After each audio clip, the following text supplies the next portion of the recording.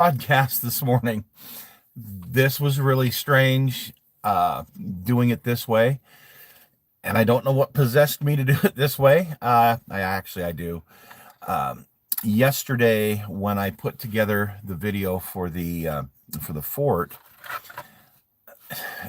there wasn't much to go over. I mean, you could see the quality of the of the pieces, and I wasn't really prepared to go into the history of star forts and whatnot right at that time. So I decided to go ahead and just do that short piece on this particular this particular build. So I wanted you guys to see. I guess the main point was pay attention. Hey, how you doing, Pete? Good to see you, buddy. By the way, I'm still in the middle of my coffee. I'm still in the middle of morning coffee because I'm not awake yet. I wanted everyone to kind of understand that it is very important to read the description on anything you buy online. Now, I have seen forts similar to this in resin before, and that's exactly what I thought I was getting. Unfortunately, no, I was not. Way down at the bottom, at the end of the description, there's a little teeny sentence that says, oh, okay, it's tea time for you, buddy. Is it 4 o'clock tea time? I don't know. I don't usually drink tea, although I did have some Darjeeling recently. I don't know if you drink tea or not. That's very cliche. I'm sorry, Pete, but I did have some Darjeeling recently, and let me just tell you, it tastes like hay.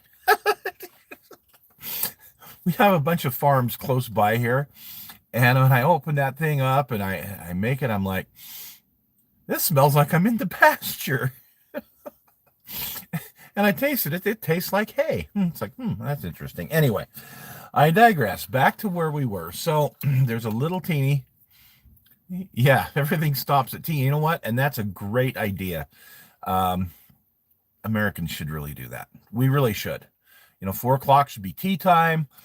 4 to 4:15, and then 5 o'clock you go home from work.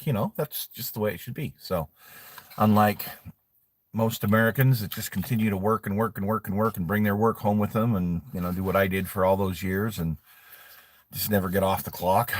Anyway, so in this description it says laser cut. It doesn't say laser cut what, it just says laser cut blah blah blah. So oh man, okay, then it's probably laser cut wood. I didn't pay attention, my own fault. But so got the instructions, and let me tell you the good thing about the instructions. So it does have some numbers here, but on the wood there's no numbers anywhere. And so you have to have a certain amount of mental acuity. You got to be smarter than me to be able to go, oh, I did struggle for a while because I had to look at each piece that was on the cards, and then thank goodness it had pictures. Okay, thank goodness it had pictures, because then I could kind of see, okay, well, and they were very accurate pictures, so it all went very, very well. As far as the build, it took about 3.5 hours to get done, and I do have some options here, so I can open this up and make it bigger if I want to. This is actually in the video that we did last week, where I at the end mentioned about a star fort in New Mexico. This is very, very similar to that one that's in New Mexico. It was built like 1863 or 1862. Anyway, here's the reveal. I'm going to show you folks, and you get to see some of the things that's going on my messy bench. So bear with me here. So here is the Star Fort, and here's the size of it. Now, like I said, it's 1/100th scale. It's not HO. It is 1/100th.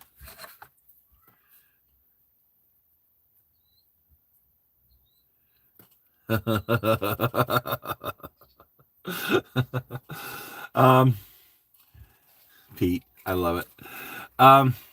This is an HO scale figure here, and it would work. Sorry, it would work for HO. It would work for HO, but the 1/97th scale figures, which I couldn't find this morning. I was trying to find where I'd put my little box of pirate stuff. I will find it. It's here somewhere. That's the problem. It's here somewhere. But what I did find is one of the cannons to one of my ships. So right here.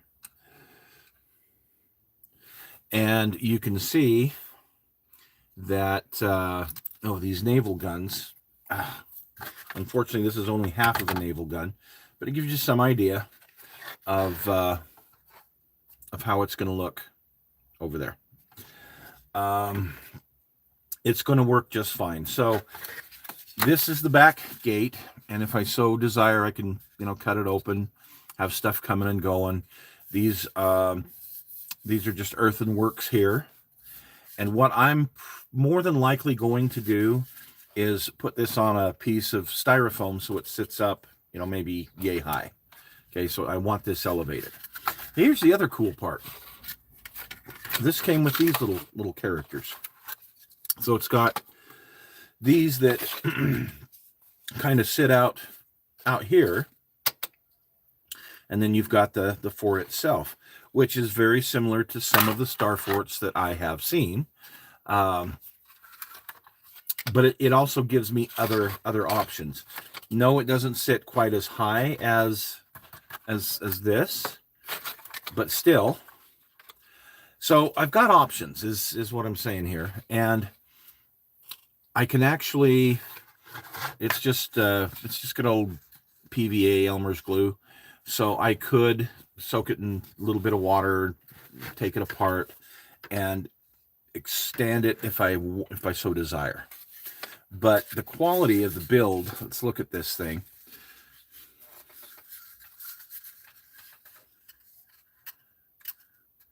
Hey, 125, how you doing, buddy? Good to see you. Thank you for joining us this morning.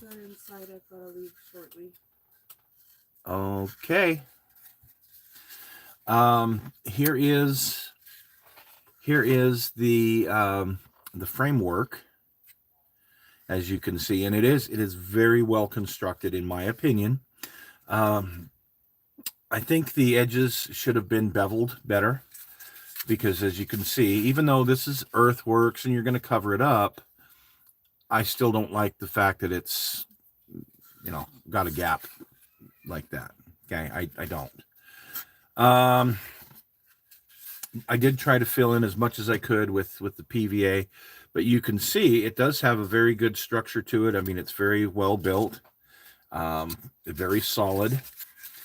Nice thing is it's kind of like resin without being resin, without having to use super glue, and without having to have anything warped. So yeah, I'm pretty excited about that. I didn't want to keep you guys this morning, but I am going to show you just a couple of things going on here on the bench. So let's flip things around. Sorry, get my ugly face. Yes, I'm live. I know I'm live. She is a pirate in 1/25th scale. I've started painting her. And you can see her hair there. She's got a monkey. So I started working on her. My friend Mark, who got a 3D printer, has now started 3D printing things. He recently made, I'll show this to you guys. He recently made me these fuel tanks that, well, actually they're water tanks for the back of an M4 Sherman in the Pacific. So that was really neat that he made those, and that turned out really well. So he 3D printed Flash, the hound dog from the Dukes of Hazzard. You can kind of see here with a 1/25th scale figure, the size of Flash. But I now have a Basset Hound. And he is anatomically correct. Okay, got a torpedo and all that fun stuff. So yeah, he's gonna be fun. He's gonna be fun to get finished. He really is. You can see that also on my bench, I am working on some of these Warhammer pieces. Yeah, it is. It's gonna look really, really neat. Pete, I'm trying to decide if I should paint it, stain it, what I should do as far as the wood on it. I'm going to have to do a little more research and really look into that, what I want to do there. Definitely I'll have some kind of a building in the center, at least probably a stable and a building, for it. Some kind of a place for the soldiers to stay. Or soldiers, or whoever's in the fort. Okay, so I'm going to show you guys what I've done for my son so far. This is called a psychophage, and here's the really cool thing is, no, unfortunately, I don't think I'm going to be doing the expo. I'm going to have to check my schedule a little bit better and see. It's but right now it's not on my radar. So anyway, so this is painted with this kind of a white color. I don't have it handy. It's called Wraithbone White. Wraithbone White, and it is all over. But what I did here in this area, it's just that AK, where is it? Oh, here it is, the wash. The wash that I've been using on the faces. And I put that on there to get that effect. I thought it'd be kind of cool.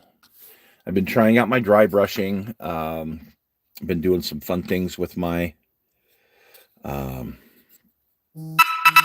paints, these new Citadel paints. I really like them. Currently painting this for my son. This was a free one that I got, and I just trying out some paints.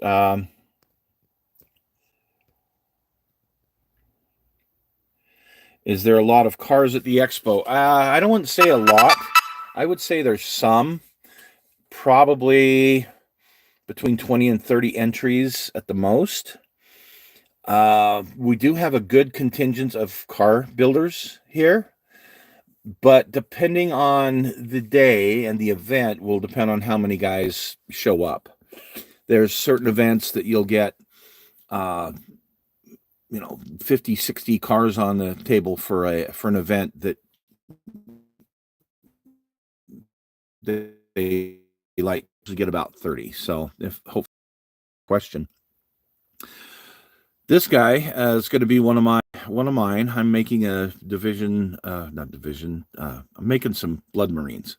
This particular one here was painted with the Molotov chrome pen, or liquid chrome, and then I went over it with this pearl orange that I have that was thinned out a bit to give us this effect. So yeah, that's what I've currently got. Got a Marine that I'm working on, a resin Marine that I'm working on, and then, all of these. And this guy here. So, all right, well, my grandsons are here, and I'm going to go spend some time with them. Thanks for joining us today, folks, for the live. I hope that you guys liked how that fort turned out, and we will talk to you again real soon.